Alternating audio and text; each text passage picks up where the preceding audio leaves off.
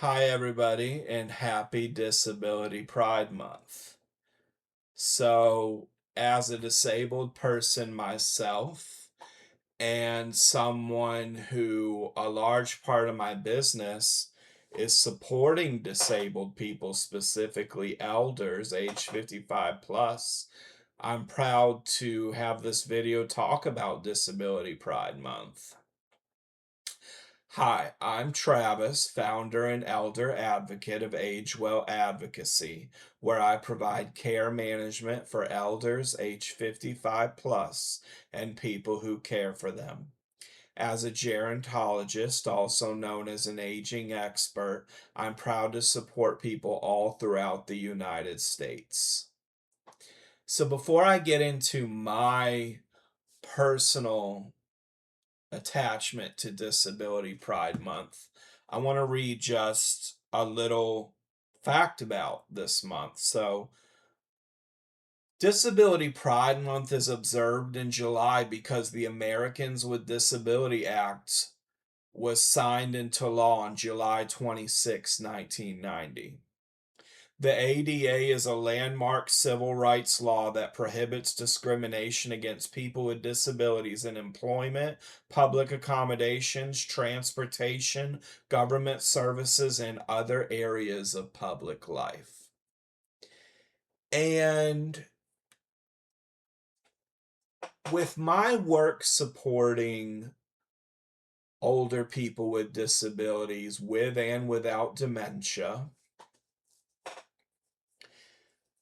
I do let my lived experience as a disabled person guide my work or help to guide it because I have heavily relied on healthcare. I have navigated social services. I have lived on disability income, lived with Medicaid, and now without Medicaid and without disability income. I have thrived and built this business as a disabled person. And I know that my experience in working typical 9 to 5 jobs is they're not always accommodating to people with disabilities. And there are so many people with disabilities who are out here doing important advocacy work, especially right now as the government has released some kind of policy or suggestion that disabled people do not absolutely need to have the support and services to remain in the community instead of moving into a facility like a nursing home. And we absolutely do need to be in community. People thrive a lot more when they're able to live in community and have more say so and be able to make choices and honor their preferences. When you are a disability advocate was saying today that when you're in a nursing home, for example,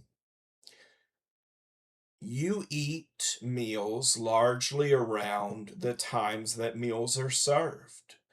You get help with bathing on a schedule largely around when the nursing assistants are available.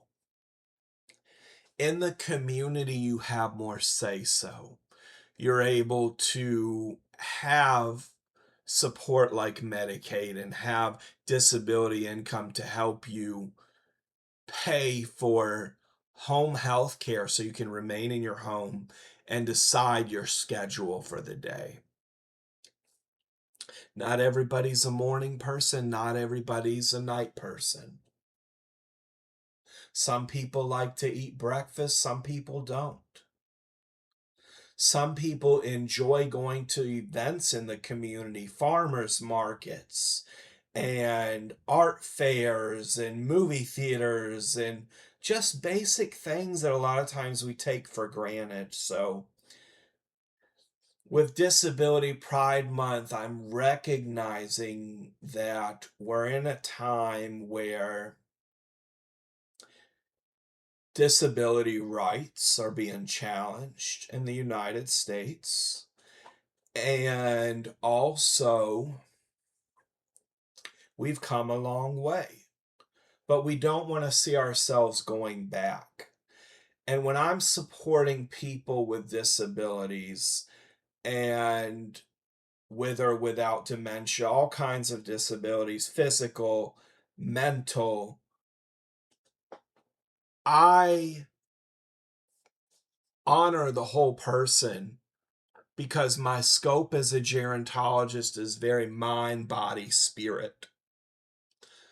How the body ages, how the mind ages, how we age in community. And disability affects your whole being. If you have a physical disability, it affects other parts of your life. If you have a mental disability, the same thing.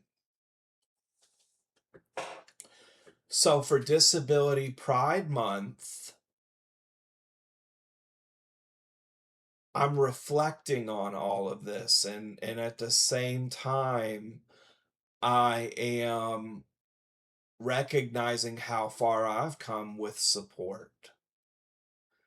When I had the services like Medicaid and Social Security disability income, I was able to meet my basic needs. And it's important to say we need a network of support. We need people in our community that can help us and advocate for us and help us with basic things such as, do we need help getting to the grocery store? Do we need help with transportation? And now, while I do the majority of my daily living things on my own, my husband does help me and does help with some of my care. So I have that lived experience of being cared for and needing help with certain things that are daily living situations, such as showering, such as instrumental activities of daily living like cooking. And sometimes people with disabilities can have it to where they need help with those things every day, or some days they're able to do them, some days they're not, and that's kind of my situation. But right now I am a disabled business owner, and one thing about supporting a disabled owned business is that you're supporting someone who is making a life for themselves despite American culture telling us that it's so important to be independent and it's so important to climb the ladder. And if you need any sort of help, well, then there's a little bit of shame that comes with that. But it doesn't have to be that way. There is not shame. There doesn't need to be shame in needing help. People can try to make you feel shame, but no, everybody needs help with something. So I just wanted to get on here and talk a little bit about Disability Pride Month. And when it comes to me supporting people living with dementia, they are a part of the disability community.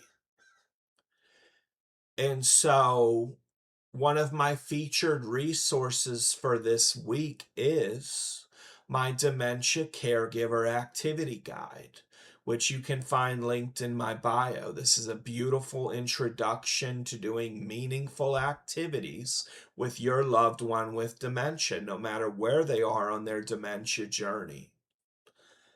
And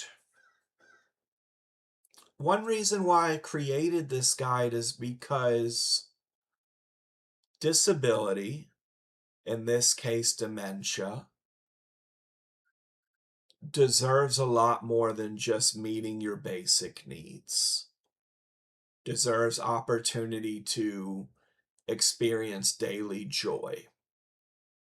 Please let me know if you have any questions in the comments, and take care.